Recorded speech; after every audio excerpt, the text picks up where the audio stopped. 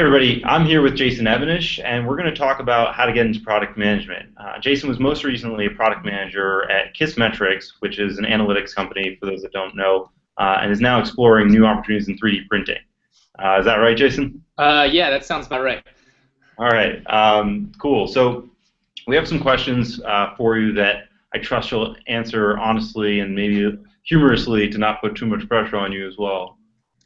Sure. So why don't we just get right into it then? So, to start off with, what did you do before you became a product manager? So my path to becoming a product manager was unconventional, but I know for a lot of people that became product managers, it is unconventional. So I was originally an electrical engineer. That's what I got a bachelor's degree in. And my grades said I was pretty good at it, but I found I wasn't really passionate and excited about it. I didn't want to be at a lab bench the rest of my life, but I did find it really cool to know how electronics worked. So I found I was more passionate about entrepreneurship, and so I ended up going back to the same school I went to before, which was Northeastern University, to get a master's in technical entrepreneurship, which takes people with tech backgrounds and gives them the business background to launch companies. But when I finished that program, I was 23 years old and said, wow, I'm not ready to start a company. And so I knew I wanted to go get a job working at a startup, and I kind of just fell into the Boston tech scene, and that happened to be all software startups, and so that started me down the path to become a product manager in software. How did you figure out specifically product management as opposed to going, say, to the engineering side or a more businessy role? Well, I had actually done some programming in high school, and I already knew I didn't want to sit at a computer screen staring at it and code all day, because I had done that for like 3 courses in high school, and kind of realized, again, very cool. I love understanding the technology, but I just didn't want to grind out those 10, 12-hour days at a computer screen. So I was much more drawn to the business side. So when I graduated, I wanted to get experience on the business side, and I just kind of fell into product, because I could have gone marketing, could have gone sales, but I went to a conference, and this awesome guy named John Prendergast, who was working on a startup, saw me and was like, you look like a hustler, let's get you something to do. And so he offered me essentially a part-time internship working with him doing lean startup stuff. Okay. And that started cutting my teeth on how to do product stuff.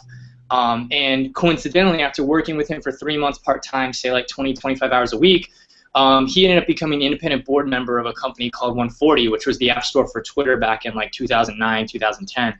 And so whenever they raised money and he joined the board, he nudged the founder and said, hey, Laura, you should hire this guy. He's a hustler. He's a free agent in the market. He's done some cool stuff on his own and done good work for me. And so that led to me getting a job title called Customer Development Manager, and I worked under the VP of Product there, and that started putting me on the path to full-blown product, which is what I did then later on when I got the job to run product at KISSMetrics a couple years later.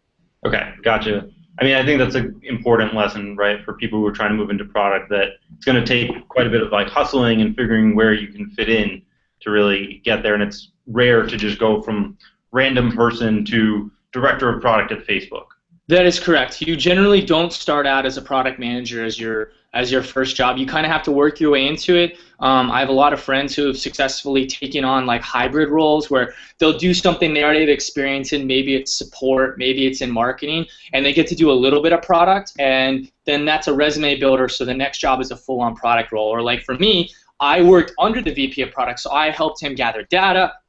I helped talk to customers. I did all kinds of things that feed into actually being a good product manager and scoping product, but the VP of product kind of did some of the more hands-on, in-depth parts of like negotiating sprints and stuff, but I got to be around for all of it. So, I was a very attentive student kind of paying attention to what we were doing. Yeah, that's great. So now take us back to when you were at KISSMetrics, and yeah. You walk us through, if there was such thing as a typical day, what that would be like, and if there also was a difference between when you first started, what a typical day as a PM was like, and then I don't know if it changed at all by the end. I'd also be interested in knowing that.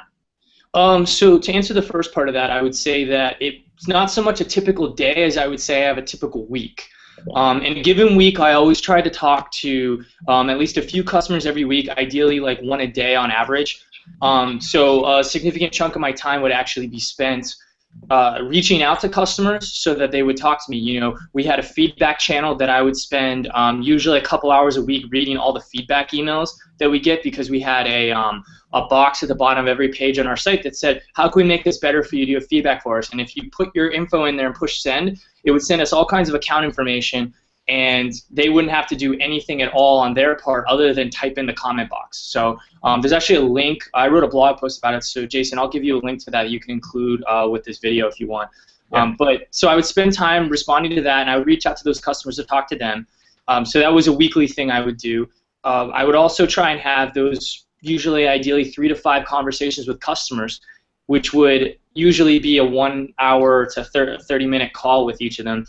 And then on top of that, I'd always have about a third of my time checking in with designers, checking in with the engineering team, making sure they understand all of the effort I'm putting in so that they see the numbers that I'm looking up. They see the use cases that I was finding so that they can understand the customers they're designing for. So I'd be interfacing with them, understanding how they are in the build process, working through any problems, and of course, as we're building things, we want to get them in front of customers, so I'd also be helping schedule customers to get an early look at something, or if we were doing an early release of a feature, I would be turning it on for some of those people that were most passionate about this new thing we were building.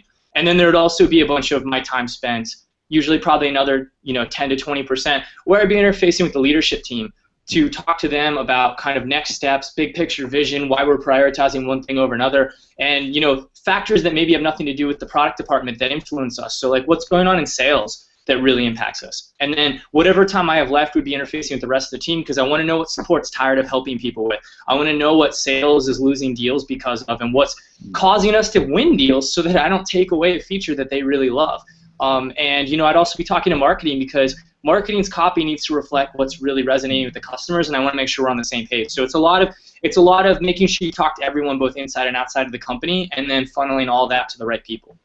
Okay, yeah, that makes a lot of sense. I mean, we always hear and say, right, that PM is the hub of the team and the company, and it sounds like you really took that to heart in every sense of it. I mean, I know a lot of PMs who don't necessarily talk to support, for example, or they rely on somebody else to talk to sales and then channel that back to the PM team as opposed to taking that on themselves so that nothing gets lost in translation or anything like that. I consider the most important thing in my job to be pattern matching, and so I try to get as much raw signal as possible, because if I can get signal from more and more places and then match up all the patterns, I often can find the best solution. Because what I often found was that what sales may be asking for and what support's complaining about and what new feature requests are coming in from our feedback box and what I'm getting from outbound customer development interviews, they're all saying the same thing, just a little bit different. And if you can get to the root cause of all those things they're asking for, you may find uniform problems that you can solve, or at least kill 2 birds with 1 stone. And if you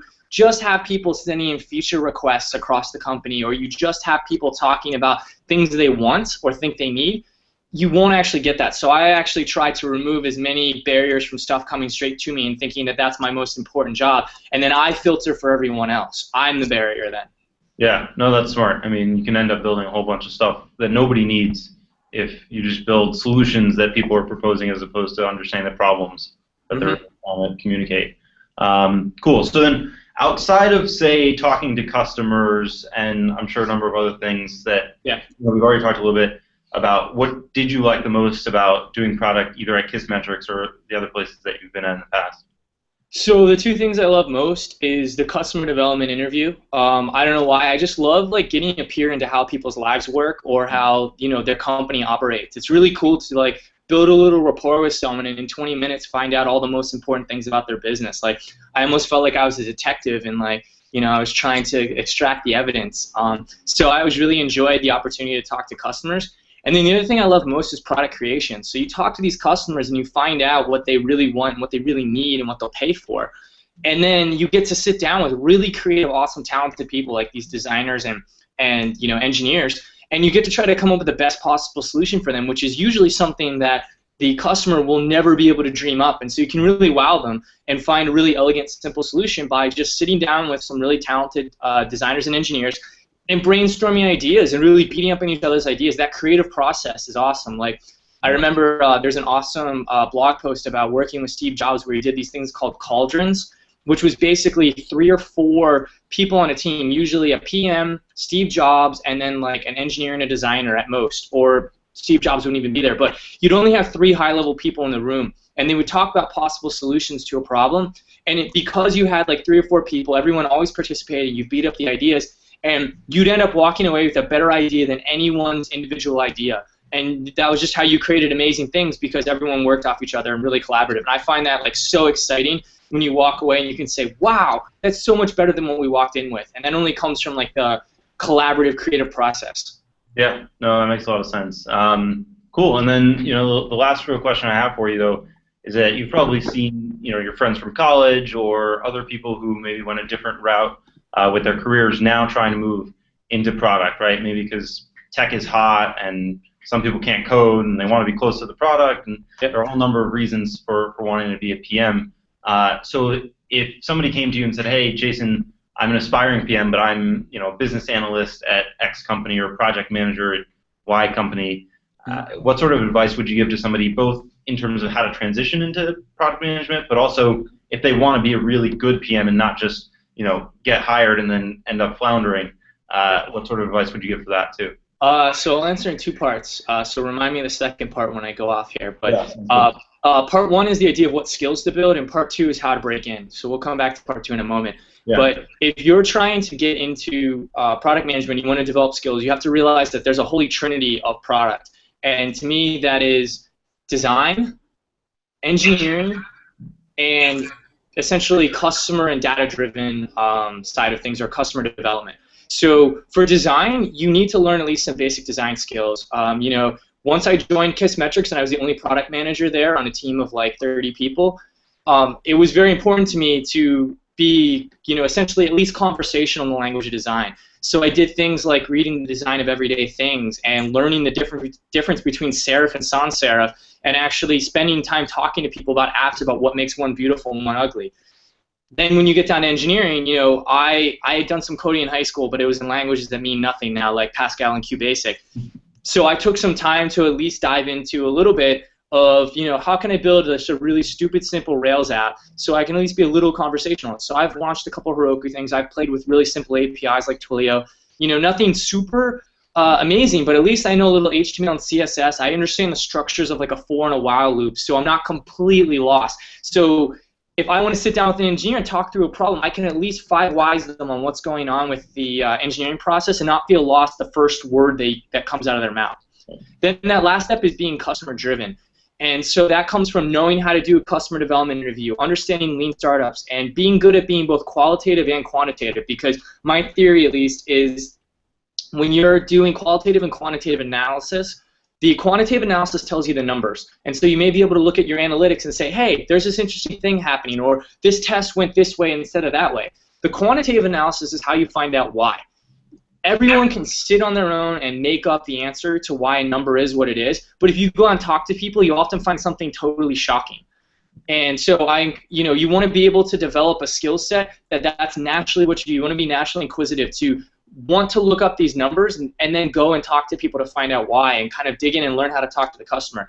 And so when you look at that holy trinity of design and product, what you want to be able to do is be exceptional at one of them and conversational and good enough at the other two. And so you want to think right away, like, am I already an engineer but I want to move into product? Great. Now you have an engineering base. Move in and build out your design chops and your ability to talk to a customer. If you're really good at design, think about getting a little better at talking to customers and learn to code a little bit. And if you're on the business side, realize you better be like airtight at knowing how to look at analytics and talk to customers. And you want to really start to hone your engineering skills. You don't need to go to some 10-week course to learn how to build apps, but you should at least know how to do some basic things, like go through the trouble of going through the command line and downloading the right tools and Xcode and stuff, so you can just launch the most basic app that says hello world. Just doing that, trust me, it'll take you a couple weeks, but that's a huge leap in the right direction. So I would look at those kind of things as the skills to build. And then to actually break in, part two, what I would say is look at the skills you already have. Are there certain industries you already understand better than most? Are there certain things that you're like a power user of? Those are the kinds of companies where you can bridge your way into product roles. So what I find people do successfully when they're trying to bridge into other roles is that they already understand the product of the company they want to work for because they use it all the time, and they perhaps have already worked in a related industry so that they can bring that knowledge in. So like a great example is I had a friend who was interviewing at a company that is doing tools for like HR and ops, and it turns out he had been ops at a previous company. Now he wants to get into product. Well, guess what? It's a beautiful bridge for him to come in and say, I know who you're building this for, and it's me. I totally understand your customer, and they had an opening where they needed him to do some other things, and they wanted him to do a little product. It's like the perfect stepping stone. And you'd be surprised how often there are those kinds of opportunities, especially at early stage companies that are just starting to grow, or bigger companies as they start to add tiers to their product teams, and they're looking for interns, they're looking for people to take on small projects that don't have momentum yet. Yeah, that's great advice. I think a lot of people know that mentally, but sometimes they don't know the actual steps to not weasel their way in, because it's nothing bad. Yeah, I mean, start small. I mean, the big thing is start small. Look, I had a master's degree, and I graduated with high honors with an electrical engineering degree, and I had to swallow my pride and take like $15 an hour internship for like 20 hours a week to break in. Like, you have to realize that it doesn't matter what your resume said before, because you don't have that much street cred yet on what you're trying to do next. So if you're trying to transition, realize that starting small, side projects, or working part-time for someone to prove yourself, that's how you get your foot in the door, because it's always about like escalation. You want to do one thing better. So I was an intern, and then I got a full-time job working under a product person, and then I got my opportunity to run the show. It was not overnight. It was 3 years in the making to get me from electrical engineer with a master's degree to actually being a software product manager. So you have to realize it's going to take time, and you got to start small first and build on it. Yeah, that's awesome. Cool. Well, on that note, I want to thank you for your time, Jason. Yeah. We'll get this posted up on Udemy so that students can check it out. And if they want to find you on the internet, what would you suggest? So I have a blog at jasonevanish.com. I have a whole bunch of stuff on there about books I recommend for product, as well as stuff on lean startups. And I'm on Twitter way too much, as I'm sure Jason knows. So you can find me at @evanish. And I'll send a link to Jason for that blog post I mentioned earlier. So hopefully he can post that with it too, so you can find me. Okay, perfect. All right, thanks again, Jason. I'm going to hop off the call, but I'll follow up with this over email now. All right, sounds good. Thanks, See you later.